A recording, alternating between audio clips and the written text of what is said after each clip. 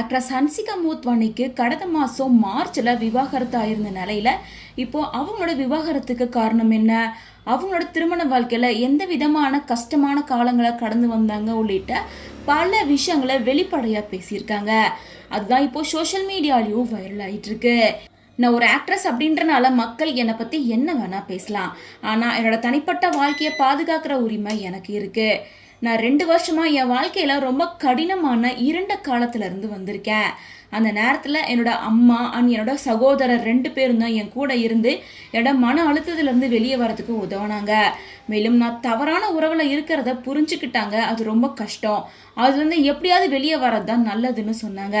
இப்போ நான் அந்த வேதனையிலேருந்து மீண்டும் மறுபடியும் அமைதியாக ரொம்ப சந்தோஷமாக என் வாழ்க்கையை வாழ்ந்துட்டுருக்கேன்.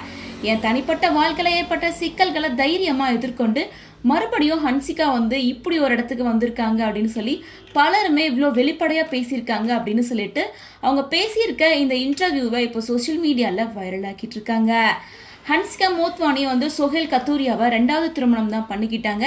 ஏற்கனவே ஹன்சிகா சோஹேல் கத்தூரியா இவங்க 2 பேர்த்துக்கும் மேரேஜ் ஆகிறதுக்கு முன்னாடி ஹன்சிகாவோட ஃப்ரெண்டை தான் சோஹேல் கத்தூரியா மேரேஜ் பண்ணியிருந்தாரு. 2 பேருக்கு விவாகரத்து ஆனதுக்கு அப்புறமா தான் கடந்த 2022 டிசம்பரில் சோஹேல் கத்தூரியா கூட மேரேஜ் பண்ணியிருந்தாங்க. மேரேஜ் பண்ண ஆரம்பத்தில் பல சிக்கல்கள் 2 பேர்த்துக்கும் வந்திருந்தது.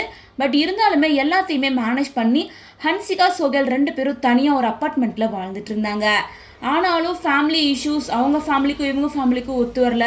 சோஹேல் கத்தூரியா ஃபேமிலி ரொம்ப ட்ரெடிஷ்னலாக இருக்காங்க, அது ஹன்சிகாவோட ப்ரொஃபஷனுக்கே பாதிப்பாக இருக்குது அப்படின்னு சொல்லிட்டு பல சிக்கல்கள் போயிட்டு இருந்த நிலையில் ஃபைனலாக போன மாதம் தான் இவங்க 2 பேர்த்துக்கும் விவாகரத்தாயிருக்கு. இப்போது ரொம்ப கஷ்டமான டாக்ஸிக்கான ஒரு ரிலேஷன்ஷிப்லேருந்து நான் வெளியே சந்தோஷமாக என் வாழ்க்கையை வாழ்ந்துட்டுருக்கேன் அப்படின்னு ஹன்சிகா மோத்வானி சொல்லியிருக்கிறது இப்போ பலருக்குமே ஆச்சரியத்தையும் அதிர்ச்சி ஏற்படுத்தியிருக்கு.